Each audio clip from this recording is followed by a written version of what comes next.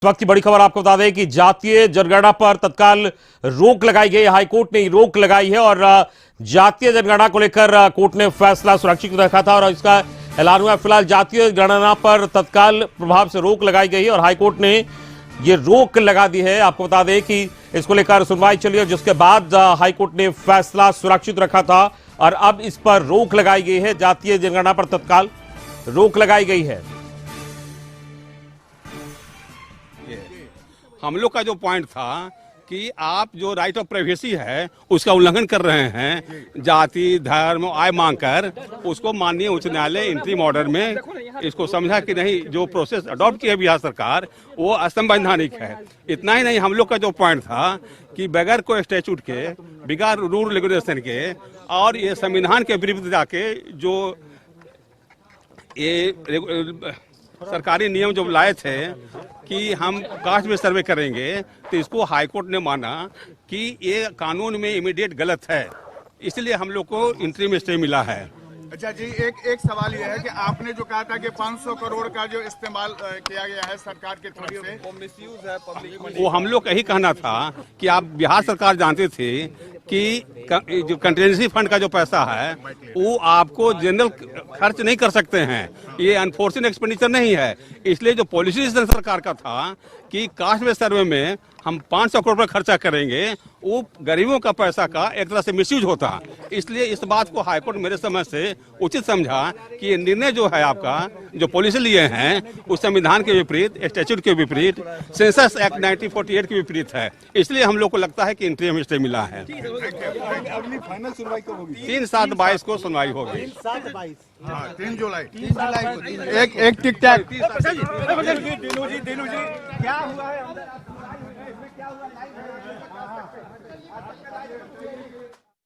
अशोक मिश्र जुड़े हैं और उनके पास हम सीधे चलेंगे। अशोक जी, ये बड़ा फैसला है, जातीय गणना पर तत्काल रोक लगाई गई है, किस तरीके से देखते हैं इस पूरे फैसले को? बिल्कुल बिल्कुल, देखिए अमित, बिहार की राजनीति ही नहीं देश की राजनीति की सबसे बड़ी खबर आपने दिखाया है अपने दर्शकों को। सबसे पहले हमने दिखाया है कि जाति जनगणना जो राज्य सरकार करा रही थी उस पर पटना हाईकोर्ट ने तत्काल रोक लगा दी है। इसे अभी फाइनल नहीं कहिए, लेकिन तत्काल रोक लग गई है। जिस तरह से पटना हाईकोर्ट में जाति जनगणना के खिलाफ, यानी कि जातीय गणना के खिलाफ लोगों ने रिट याचिका दायर की थी और सुप्रीम कोर्ट ने दिशा निर्देश दिया था कि 3 दिनों के अंदर इसकी सुनवाई कर, यानी कि जल्द से जल्द इसकी सुनवाई कर इस पर फैसला करे हाईकोर्ट। और वही हुआ। कल भी हम लोगों ने दर्शकों को दिखाया था कि किस तरह से हाईकोर्ट ने कहा था, उनके जो मुख्य न्यायाधीश हैं पटना हाईकोर्ट के, उन्होंने कहा था कि आज सुनवाई पूरी हो गई और कल हाईकोर्ट अंतरिम आदेश दे सकता है।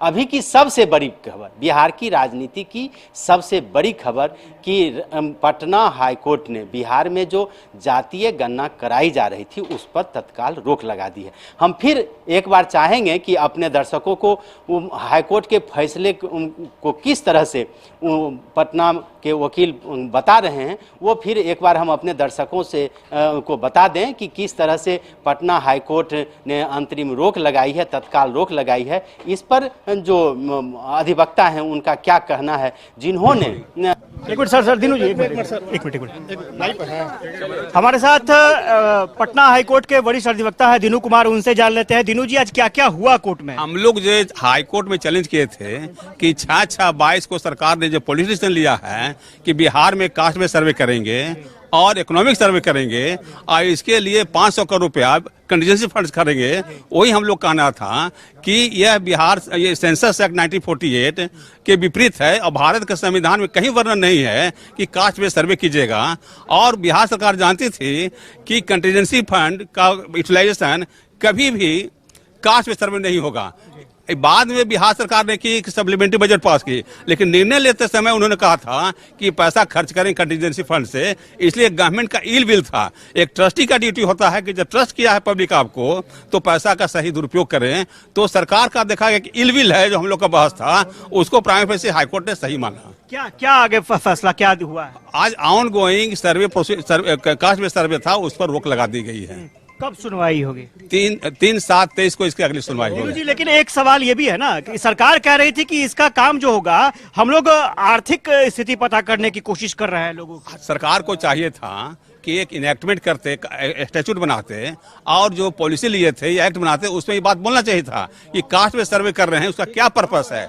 आपने पॉलिसी डिसीजन में कहीं बताया नहीं कि किस पर्पस से हम 500 करोड़ खर्चा करने जा रहे हैं। ये पब्लिक मनी है, आपको बताना चाहिए, ट्रांसपेरेंसी होना चाहिए गवर्नमेंट के निर्णय में। ये बिल्कुल निर्णय जो था अनट्रांसपेरेंट था। क्या 3/7 के बाद लगता है कि आप लोग जो आपके जिन्होंने याचिका दायर की है उनकी जीत होगी, या फिर आगे क्या? अगर हम लोग के मुद्दा जो उठाए थे कानूनी और संवैधानिक नहीं होता तो इंटरिम रिलीफ नहीं मिलता। इसलिए हम लोग को पूर्ण विश्वास है कि जिस तरह के हाईकोर्ट ने आज आदेश पारित किए हैं वो हम लोग सक्सीड करेंगे। आगे उन लोगों की तरफ से क्या कहना था, जो सरकारी वकील थे वो क्या कह रहे थे? सरकार के तरफ से ही स्पष्ट था कि हमने सोचा कि कास्ट में सर्वे करके बिहार के नागरिकों को क्या जाति है, धर्म है, कितना पैसा है, हम कोई पॉलिसी निर्णय लेंगे।